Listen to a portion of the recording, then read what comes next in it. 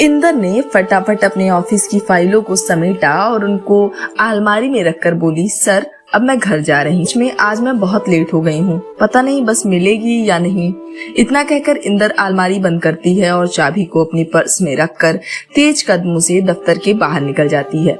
Gate से बाहर निकलकर जल्दी से एक ऑटो वाले को हाथ देकर रोकती है और कहती है, भाई मुझे बस स्टैंड तक छोड़ देना। दफ्तर से बस स्टैंड का रास्ता 10 मिनट का था।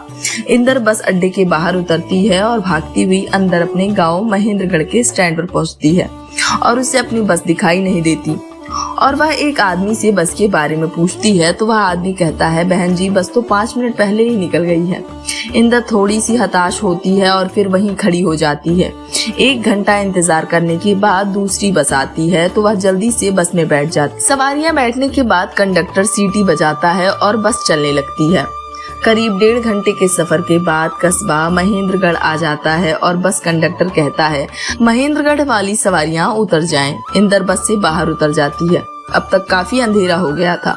महेंद्रगढ़ कस्बे से उसका गांव लगभग 4 किलोमीटर था। सर्दियों का दिन था, रात के 8:30 हो गए थे।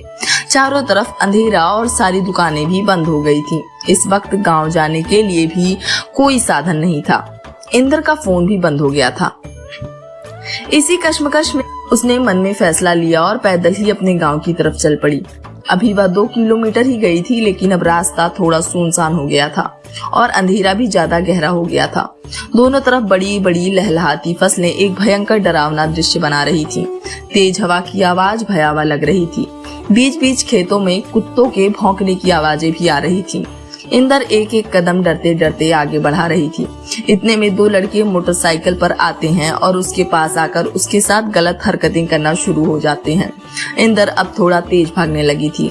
वह लड़के भी उसके पीछे पीछे भागने लगे। इंदर जोर से चिल्लाने लगी, बचाओ बचाओ।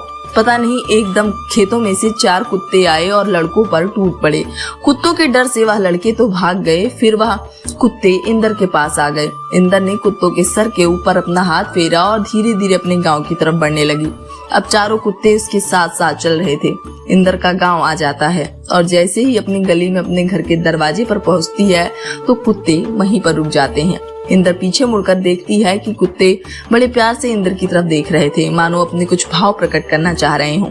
इंदर की आंखों में आंसू आ जाते हैं, जैसे वह कुत्ते नहीं भगवान के भेजे दूत हों, जिनकी वजह से आज उसकी इज्जत बच पाई। चारों कुत्ते इंदर की आंखों में आंखें डालकर देखते हैं और इंदर यह महसूस करती है जैसे कुत्ते उसे कह रहे हों, बहन जिस तरह आजकल इंसानियत का स्तर गिर गया है उस हिसाब से हम कुत्ते ही ठीक हैं, और साथ यह भी कह रहे हों, शुक्र है भगवान हम इंसान नहीं हैं।